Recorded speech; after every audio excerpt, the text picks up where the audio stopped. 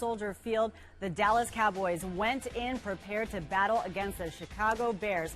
Tony Romo threw for 200-plus yards and 3 touchdowns, while DeMarco Murray rushed for a season-high 179 rushing yards and 1 touchdown. So the Cowboys crushed the Bears 41-28 and achieved something they haven't done since 2009. They clinched a winning season. So the question that we pose, are the Cowboys back? Skip?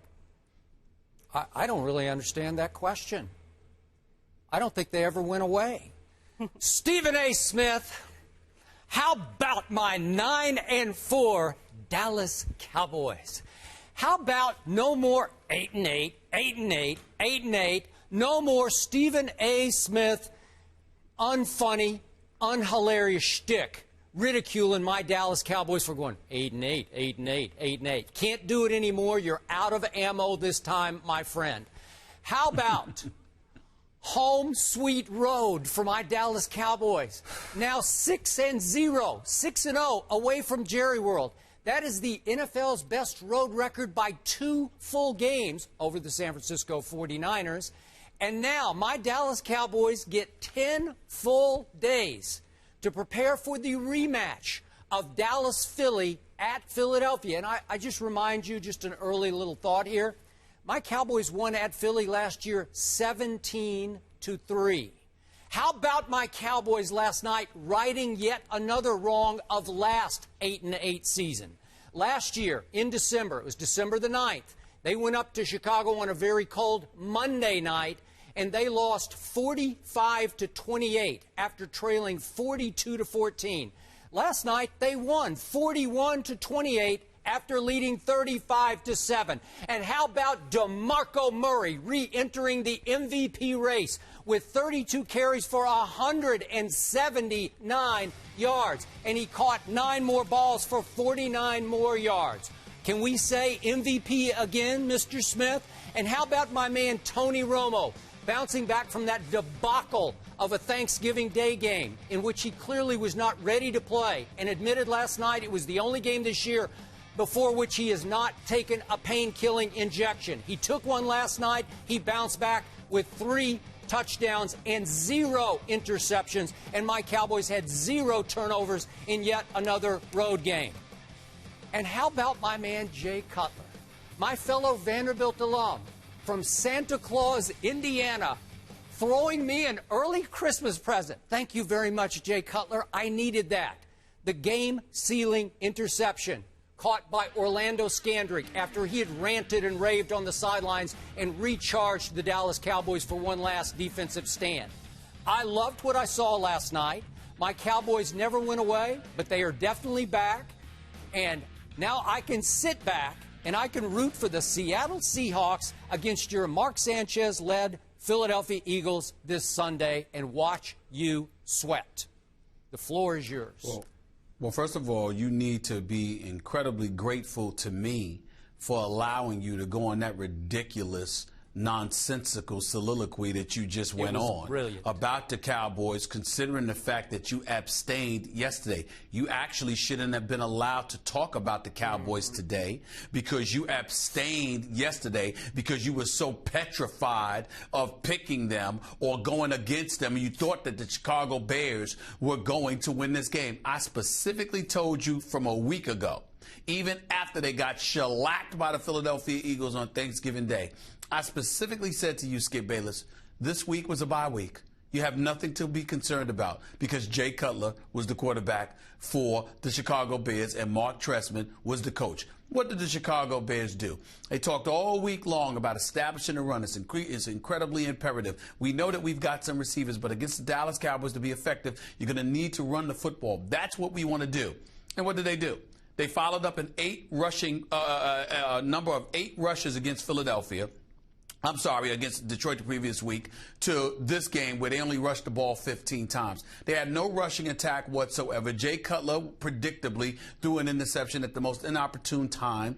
And, of course, the defense was nowhere to be found. By the end of the third quarter, the score was 35-7, if I remember correctly, between watching or covering the Knicks and the Cleveland Cavaliers game last night at Madison Square Garden. I was going back and forth to the room, to the media room, watching some of this Cowboys Cowboys game, and obviously it was incredibly predictable. The Bears stink. Mark Trestman needs to go. Jay Cutler needs to go, even though they're stuck with him for at least the next couple of years. And it's just a sad, sad situation. As far as I'm concerned, the Dallas Cowboys didn't even beat a team yesterday. They beat somebody disguised as the Chicago Bears, an organization, a franchise that sold its soul the second they hired Trestman and went away from their signature, which is defense. That's all that transpired here.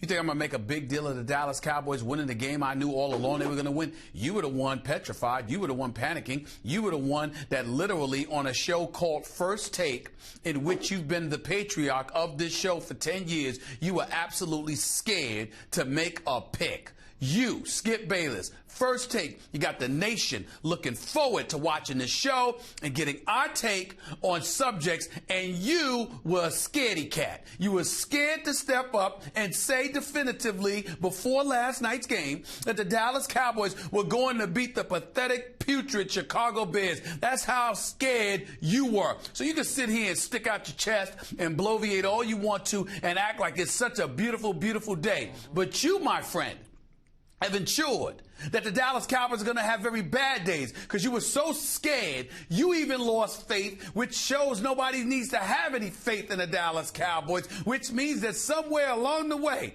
the accident will happen. Nobody expected them 8-8 year. At the beginning of the season we might have anticipated that. I actually thought they'd be worse. They're better, but we pretty much 3-4 weeks into the season we all knew they'd have a better record than 8-8. Whoop-de-doo. You no longer have a tie record or a losing record. You finally have a winning season for the first time in 5 years. Congratulations. Bravo. I'm so touched, Skip Bayless. It's a beautiful, beautiful day. But in the end, you were still a scaredy cat. You were still what you call Floyd Mayweather Jr. all the time. Bark, bark, bark, bark, bark. You were a chicken. You were scared to pick the Dallas Cowboys to beat the Chicago Bears. Nobody want to hear like sticking out your chest now, acting like you have faith. Please. Your support is weak. It means nothing. You should be disallowed and removed from this entire conversation. You don't deserve to have to speak on the Dallas Cowboys, considering how much of a scaredy cat you were just 24 hours earlier. First take, no take from Skip Bayless leading into the game.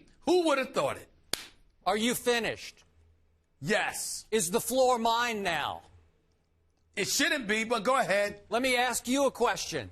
Wasn't it just Wednesday's show that one Stephen A. Smith, and I'm quoting, said on live national First Take, I won't be surprised if the Chicago Bears beat the Dallas Cowboys. Didn't I hear that quote from you? It came out of your mouth. Yes. Maybe it was somebody. Yes. Wait, maybe it was virtual Stephen A. that day. Maybe yes. you said but virtual instead of real Stephen A. But did I pick the Cowboys? But did I pick the Cowboys? Yes or no? Yeah. Did I pick them? Okay, now. I didn't abstain. Back to the reality of this. Abstain. Question.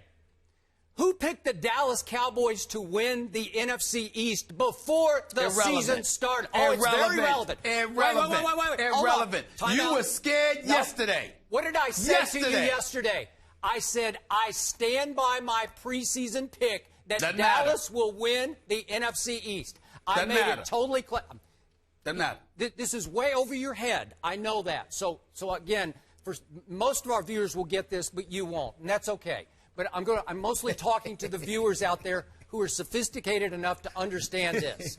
I do believe in jinxing my Dallas Cowboys. There was no way I was going to jinx them on the one game all year that they had to win. This was make or break if, in fact, they were going to have a chance to win the NFC East and do the things that I think they can do and thought that they could do before the season started.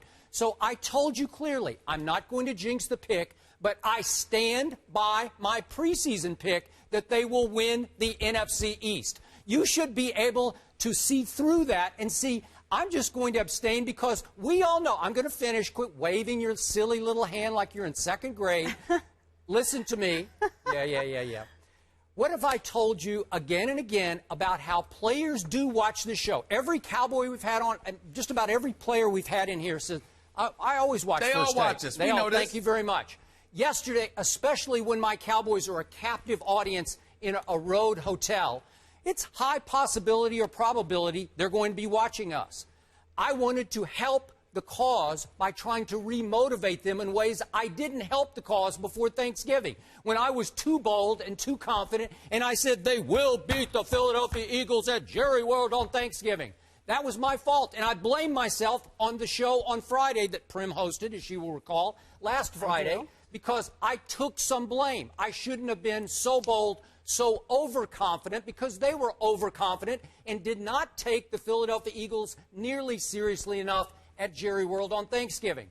Last night, they needed to come out and play what Coach Popovich always calls with appropriate fear.